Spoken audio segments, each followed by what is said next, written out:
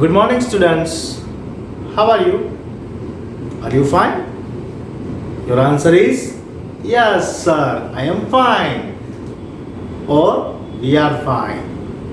હું મજામાં છું, અમે મજામાં છીએ. સિંગ્યુલર પ્લુરલ આમાં પણ ગ્રામર આવી ગયું. Okay students, last year 6th standard તમે કેમાં અભ્યાસ કર્યો? સ્ટાન્ડર્ડ 6th માં. એનસીઆરટીની આપણો સિલેબસ છે, જે નેશનલ લેવલનો સિલેબસ છે. સ્ટાન્ડર્ડ 7 સબ્જેક્ટ ઇંગ્લિશમાં આપણે 10 ચેપ્ટર છે. એમાંથી ફર્સ્ટ ચેપ્ટર છે 3 ક્વેશ્ચન્સ, 3 પ્રશ્નો, જેનો આજે ઇન્ટ્રોડક્શન પાર્ટ છે. હવે સર, આ ઇન્ટ્રોડક્શન પાર્ટ એટલે શું? તો આ ઇન્ટ્રોડક્શન લેક્ચરમાં હું આ સ્ટોરી જે 3 ક્વેશ્ચન છે એની ટૂંકમાં માહિતી, બ્રીફ સમરી આપીશ અને ન્યૂ વર્ડ્સને પિક્ચર દ્વારા વિથ પીપીટી તમને વિઝ્યુલાઇઝેશન કરાવીશ and you have to listen carefully. તમારે દ્રશ્ય જોવાના છે, મીન્સ કે પિક્ચર જોવાના છે અને એના મિનિંગ્સને શું કરવાના છે? અન્ડરસ્ટેન્ડ કરવાના છે, રિમેમ્બર કરવાના છે. ધેટ્સ વાય શું કામે કે તમને ચેપ્ટર છે એ સહેલાઈથી સમજાય છે. તો વિદ્યાર્થી મિત્રો, ચાલો આપણે નવા શૈક્ષણિક યરની સફર શરૂ કરીએ. New journey start with chapter 1 introduction 3 questions, જેના ઓથર છે Leo Tolstoy. Who is Leo Tolstoy? First of all આપણે જોઈએ કે કિંગ્સ 3 ક્વેશ્ચન્સ, એટલે કે કિંગના 3 પ્રશ્નો. 3 ક્વેશ્ચન્સ મીન્સ 3 પ્રશ્નો. તો આ 3 પ્રશ્નો શું હશે? તમને એવું થાય કે ક્યાં હશે આ 3 પ્રશ્નો? રાજાને એવા ક્યાં 3 પ્રશ્નોની ઈચ્છા થઈ જાણવાના આન્સર? તો કિંગ્સ 3 ક્વેશ્ચન અને પાઠમાં આવતા કેરેક્ટર્સ મેં લખેલા છે. તે પહેલા આપણે જોઈ લઈએ કે અ કિંગ હેઝ 3 ક્વેશ્ચન્સ. કિંગને 3 પ્રશ્નો થાય છે and he is seeking answer to them. અને એને ખૂબ ઈચ્છા થાય છે, આતુરતા થાય છે કે મને આ 3 પ્રશ્નોના જવાબ મળવા જ જોઈએ. What are the questions? કયા 3 પ્રશ્નો હશે? And does the king get answer what he wants? શું રાજાને એના પ્રશ્નોના જવાબ મળી જશે? King satisfy with answer? શું રાજાને એના જે પ્રશ્નોના જવાબ મળ્યા છે એનાથી સંતોષ થશે? ચાલો આપણે પહેલા પ્રશ્નો જોઈ લઈએ. What is the right time to begin something? King's first question, what is the right time to begin something? Right time એટલે કે સાચો સમય. બિગિન શરૂ કરવું, સમથિંગ કંઈ, કોઈ પણ નવી વસ્તુ શરૂ કરવી એનો સાચો અને સારો સમય કયો હોઈ શકે? King's first question, what is the right time to begin something?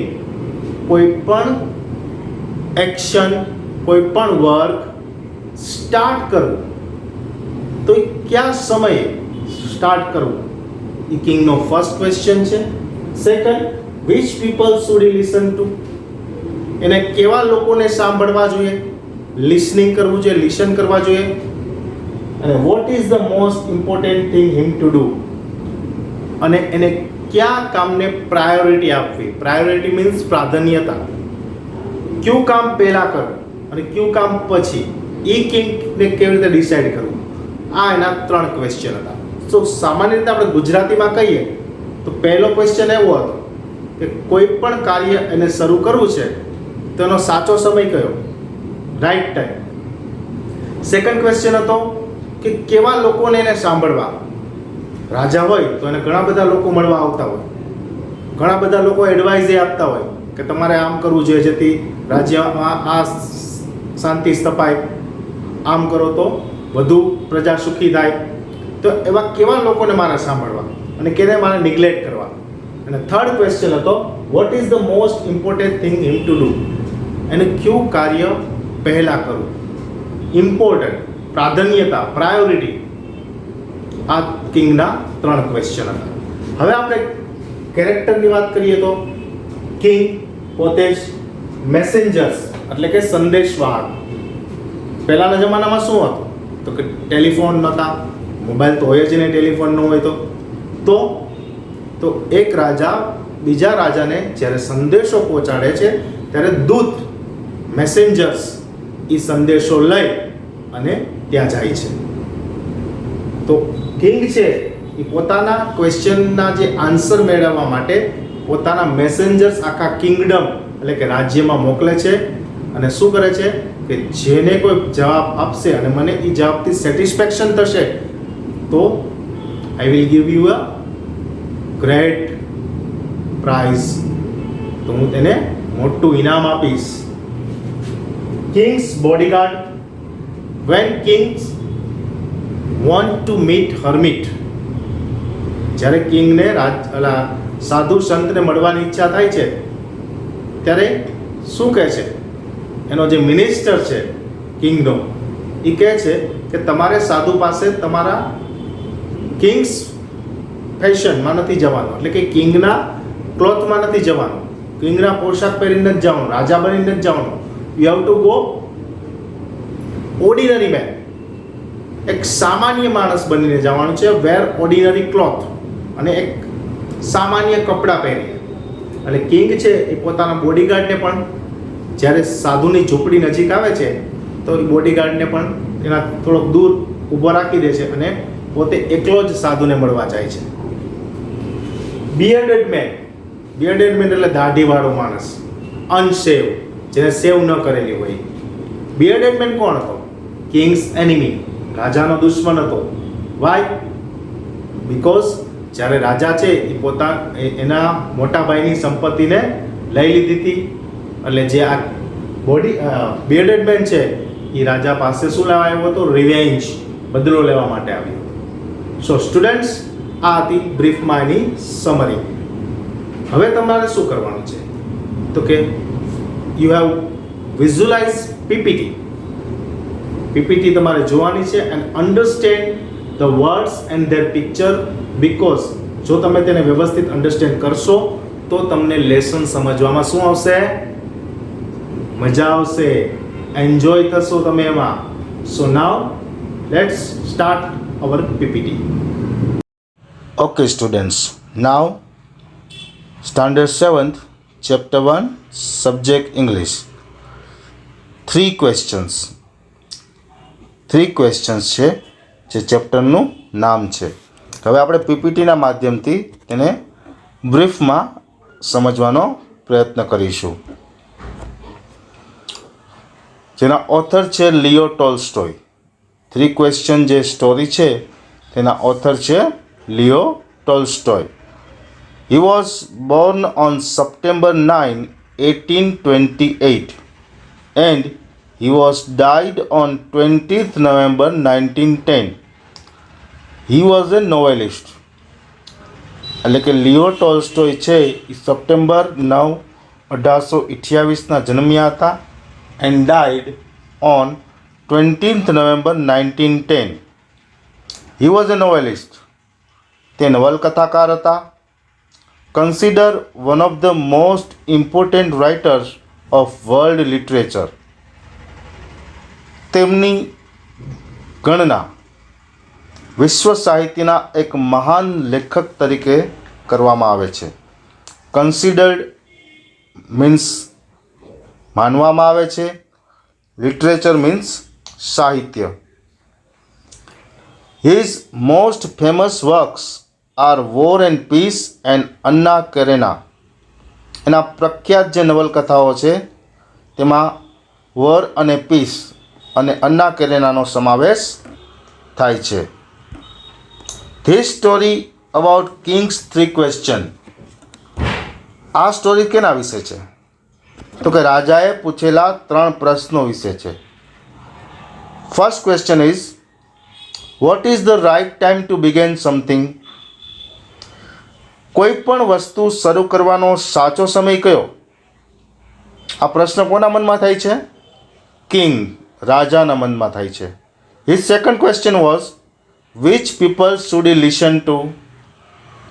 કયા વ્યક્તિ અથવા કયા લોકોને તેમને સાંભળવા જોઈએ? And Kings last question is what is the most important thing him to do? કઈ ખાસ વસ્તુ, મોસ્ટ ઇમ્પોર્ટન્ટ, મહત્વની બાબત તેને કરવી જોઈએ?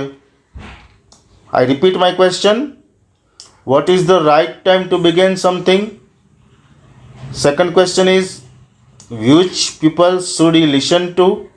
And king's third question is what is the most important thing him to do?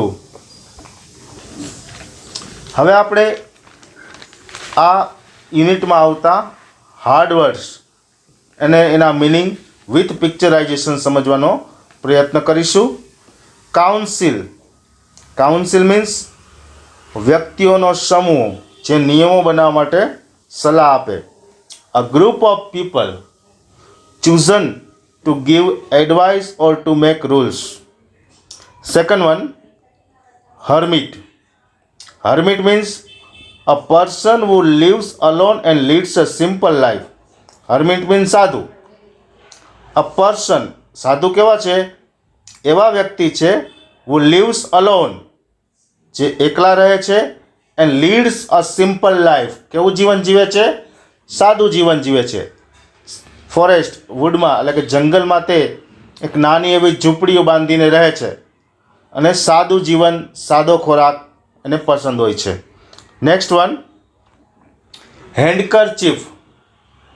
A square piece of cloth used for cleaning the nose or drying the eyes. A square piece. Square means ચોરસ. Square means ચોરસ. Piece of cloth. એક ચોરસ કાપડનો ટુકડો used for cleaning the nose, જેનો ઉપયોગ છે એ નાક સાફ કરવામાં અને ડ્રાઇંગ ધ આઈસ એટલે આંખો જે છે એને ડ્રાય કરવામાં એટલે કે સૂકી કરવામાં ઉપયોગ થાય છે. મીન્સ કે હાથ રૂમાલનો આપણે ઉપયોગ શું કરીએ છીએ? પસીનો આવ્યો હોય તો પસીનો લુવા, મોઢું ધોયું હોય તો મોઢુંને ડ્રાય કરવા. Magician. A man who has magic power, tricks for entertainment. A man who has magic power, જેનામાં જાદુઈ શક્તિ હોય, ટ્રીક, યુક્તિ હોય, ફોર એન્ટરટેનમેન્ટ એટલે કે લોકોને મનોરંજન પૂરું પાડવાની જેનામાં જાદુઈ શક્તિ રહેલી છે તેને મેજિશિયન કહેવામાં આવે છે. Next one, kingdom. A country ruled by king or queen.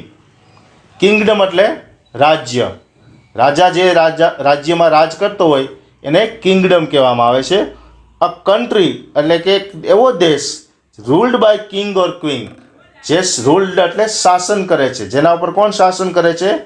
King or queen. કાં તો રાજા શાસન કરે છે, રાજા ન હોય તો ક્વીન મીન્સ રાણી. એટલે kingdom means a country ruled by king or queen. Next one, bearded man, hairy, unshaven. bearded man કોણ હતો? Kings enemy. bearded man કોણ છે? કિંગ્સ એનિમી એટલે કે રાજાનો દુશ્મન. bearded man એટલે દાઢીવાળો માણસ, તમે ચિત્રમાં જોઈ શકો છો. hairy વધુ પડતા વાળ અને unshaven એટલે કે શેવિંગ ન કર્યું હોય એવો પર્સન, વ્યક્તિ. Next one, spade. a tool that you use for digging. ખેતરમાં આપણે જોઈએ જ છીએ, ફાર્મ હોય, જે ખેડૂતના દીકરા હશે એને ખબર જ હશે. A tool that you use for digging એટલે કે માટી ખોદવા માટેનું સાધન. Next one, fainted, lost consciousness, મૂર્છા આવી જવી. બિયર્ડેડ મેન છે એને બોડીગાર્ડે શું માર્યું હતું? રાજાના બોડીગાર્ડે તીક્ષ્ણ હથિયાર વડે એના ઉપર હુમલો કર્યો હતો. પછી વધુ પડતું પેટમાંથી લોહી વહી જવાથી આ બિયર્ડેડ મેન છે અનકોન્શિયસ થઈ ગયા હતા, એટલે બેભાન થઈ ગયા હતા. મૂર્છા અવસ્થામાં તમે પિક્ચરમાં ઇમેજિનેશન કરી શકો છો. Next one, beds. Small pieces of ground for plants. નાના નાના ખાડા ખોદવા. કેના માટે? વૃક્ષો ઉગાડવા માટે, પ્લાન્ટ્સને ગ્રો કરવા માટે નાના નાના જે બેડ્સ છે ડિગિંગ કરી અને એમાં વૃક્ષારોપણ કરી શકાય છે. તમે ચિત્રમાં જોઈ શકો છો. Next one, hut. A hut is a small house which made of wood, mud, grass or stones. યાદ આવે છે કાંઈ? યસ, આપણે હમણાં જ જોઈ ગયા. શું? Hermite who lives in a hut. ક્યાં રહે છે? તે ઝૂંપડીમાં. અને એ ઝૂંપડી કેવી હોય છે? તો આપણે પિક્ચરમાં તમે જોઈ શકો છો. અ હટ ઇઝ અ સ્મોલ હાઉસ, નાનું ઘર હોય છે. વિચ મેડ ઓફ વુડ, જે લાકડામાંથી, મડ, કાદવમાંથી, અને ગ્રાસ એટલે ઘાસ કે સ્ટોન્સ પથ્થરોનું બનેલું હોય છે. Next one, digging. To move earth means પૃથ્વી નહીં, અહીંયા અર્થનો મતલબ થશે માટી. And make a hole in the ground એટલે કે ખોદકામ કરવું. આપણે જોયું તો હમણાં સ્પેડ વડે ખોદકામ કરી અને શું કર્યું તો કે ગ્રાઉન્ડમાં એક હોલ કરવામાં આવે છે, એક ખાડો ખોદવામાં આવે છે. Next one, sowing seed in the bed means નાના નાના ખાડા, ક્યારા. તો સોઈંગ સીડ્સ મીન્સ કે બી વાવી અને એનું જતન કરવું. Next one is soldiers. A person who in an army and wears its uniform, especially someone who fights when there is a war. Soldier means army. આર્મીના જે સોલ્જર્સ હોય છે એનો જે યુનિફોર્મ હોય છે એવો સિમિલર હોય છે. Especially someone who fights when there is a war. અને સોલ્જરનું ડ્યુટી ક્યારે હોય છે તો કે જ્યારે બે દેશો વચ્ચે વોર યુદ્ધ ફાટી નીકળે ત્યારે એમાં ખાસ ડ્યુટી હોય છે. સો સ્ટુડન્ટ્સ, અહીં આપણે આપણું બ્રીફમાં સમરી 3 ક્વેશ્ચનની પૂરી થાય છે. Thank you. Okay students, PPT જોવાની મજા આવી? ઓફકોર્સ મજા આવી જોઈ ને. Why? I explain words with picture, જેથી તમે એ વર્ડ્સને બરોબર અન્ડરસ્ટેન્ડ કરી શક્યા છો. તમને રાજાના 3 ક્વેશ્ચન વિશે પણ ખબર પડી ગઈ. ક્યાં ક્યાં 3 ક્વેશ્ચન હતા? What is the right time to do begin something, કઈ વસ્તુ કયા સમયે શરૂ કરવી, which people should be listen to, કયા વ્યક્તિને સાંભળવું, કયા વ્યક્તિને ન સાંભળવું, and what is the most important thing him to do, અને કઈ વસ્તુને પ્રાધાન્યતા આપવી, પ્રાયોરિટી આપવી, કયા વર્કને પહેલા કરવું, કયું વર્ક રાખી દેવું પછી કરીએ તો ચાલે. આ રાજાના 3 ક્વેશ્ચન હતા. તેને મેસેન્જર બધા લોકોને વેચી દીધા ગામમાં. શા માટે? Answer the question. ત્યારબાદ શું જોયું તો કે કિંગડમનું પિક્ચર હતું. કિંગડમનું ચિત્ર તમને દેખાણું. બિયર્ડેડ મેન, અનસેવ્ડ મેન. નેક્સ્ટ કયું પિક્ચર હતું? કહો જોઈએ, કહો. એક મેજિશિયનનું પણ ચિત્ર હતું, જાદુગર હતું ને. યસ.